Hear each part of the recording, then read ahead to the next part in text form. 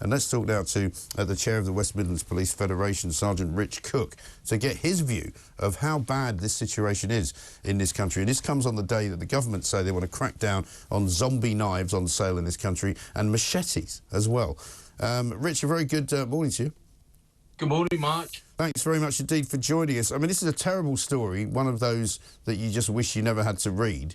But the more you look into it, the worse it gets. You know, we seem to have an entire sort of section of our society now, of our youth particularly, between the ages of, say, sort of 12 and 16, who are engaged in crime, who are engaged in violent crime, and who carry knives of one kind or another as a general principle.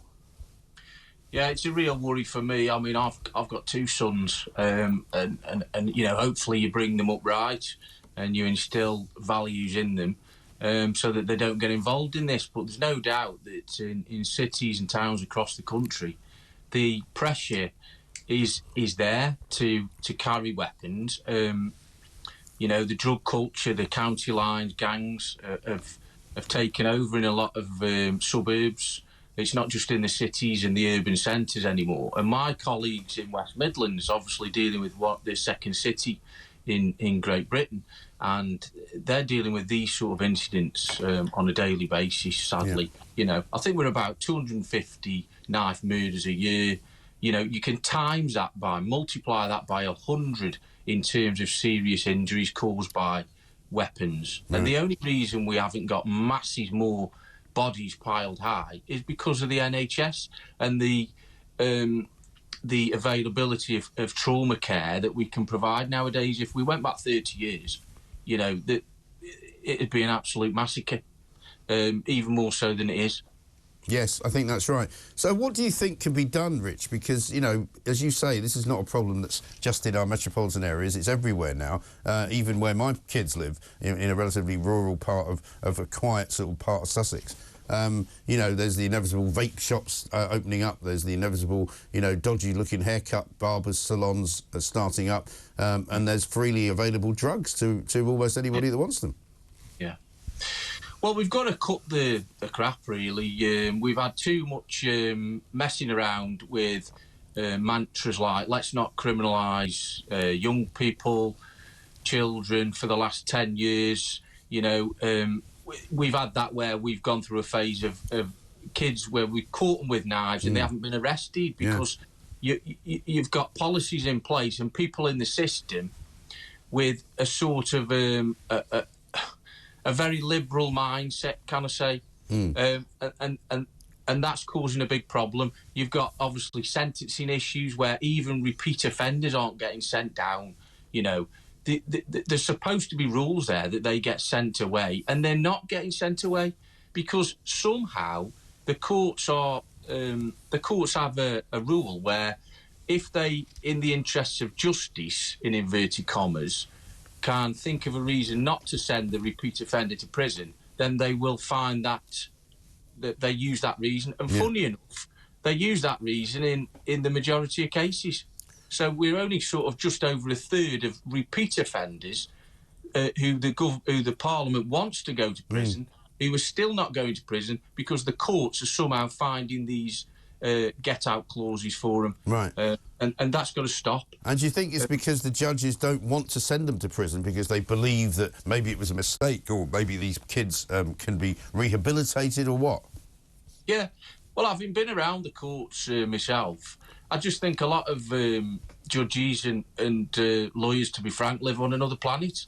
I don't see that they experience the real world. Perhaps I am generalising, but that's certainly the impression I have and a lot of my colleagues have.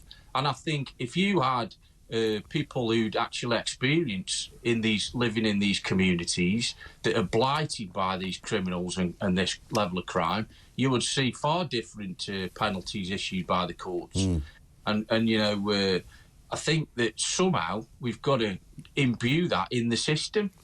You know, these issues are multifaceted. It's not just a policing issue, but clearly, you know, we've got to get back into communities. We've got to get bobbies on the beat. That means knowing your area well, knowing knowing the families, knowing the kids, so you can spot things before they happen, and getting the intelligence, getting the trust off people to give you that intelligence. No, exactly right. But what about these crackdowns that we're being told the government now wants to bring in on, you know, these zombie knives and machetes and all of that? I mean, people tell me that these pieces of weaponry were always available. They're just now being used more. Yeah, I mean, unfortunately, we had a piece of legislation, the Offensive Weapons Act 2019, which attempted to deal with zombie knives and basically didn't do it. It left a massive loophole, which they're now tightening up. So good on them for that. And the policing minister seems to be coming at this from the right angle. But, you know, there's no excuses for having machetes, and there's very few reasons for having a machete, and we see them again and again. Well, how about no reasons? Why would you need a machete for anything, unless you're, you know, going to break your way through the Amazon jungle? I agree, but I mean, apparently people say that you need them for a limited number of agricultural purposes. There's apparently a powerful agricultural lobby that don't want them banned. I can't understand that myself, you know. But I think we've got to balance this against the damage that's being done to wider society and go for an outright ban myself. Yeah. You know, it's not going to solve the problem. Clearly, if a determined offender wants to find a weapon, they're going to find one. But what it will do is, over the years, enable us to seize more of those weapons, take more off the streets, and it's going to be harder for criminals over time to put their hands on those sort of long-range knives, the type that we're finding. We found some in Walsall yesterday, one of our motorway teams. Oh, yeah. 2 great big swords with serrated edges in a drug dealer's car. Right. You know, and drugs as well. We've got to stop the soft approach to drugs, because drugs are inextricably linked to knives and weapons. Yeah. So you can't deal with one without the other. Yeah. And yet we've got policies going on, like in my force, we still have a policy where you can be caught in possession of illegal drugs, any illegal drug, and you will simply get a referral to a charity. Yeah. And you can have as many referrals as you want. And these guys know that. So why are they going to stop? Well, and exactly my point. And so there's perverse messages going out from the system, and it gets in the way of bobbies like myself and others doing our jobs. Yeah. You know, we just want to do the practical job, get the intelligence, get the weapons off the streets, lock up the offenders, and then let the courts do their job and send them down because they're potential killers. Yeah, absolutely right. And I'm reading just this morning that West Midlands Police are looking at a new trial for stop and search. How have you managed to get that past the city burghers? Well, yeah, I mean, these serious violence reduction orders, what I can't understand with them is why they don't apply to under 18s. Most of our offenders are under 18. I mean, it's a power to stop and search them for up to 2 years. It should be the rest of their life. If you're convicted of carrying knives or whatever weapon, that as far as I'm concerned, you lose the right to sort of not be stop and searched or to have reasonable suspicion. Right. We should be able to stop and search you whenever we like if you've got that conviction. Yes, I agree with that.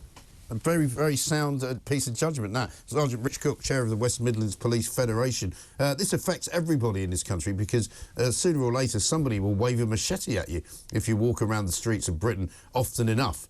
And hopefully you won't actually get stabbed by somebody who's carrying a knife. But there's a pretty good chance if you live anywhere now in this country, you're going to pass somebody carrying a knife.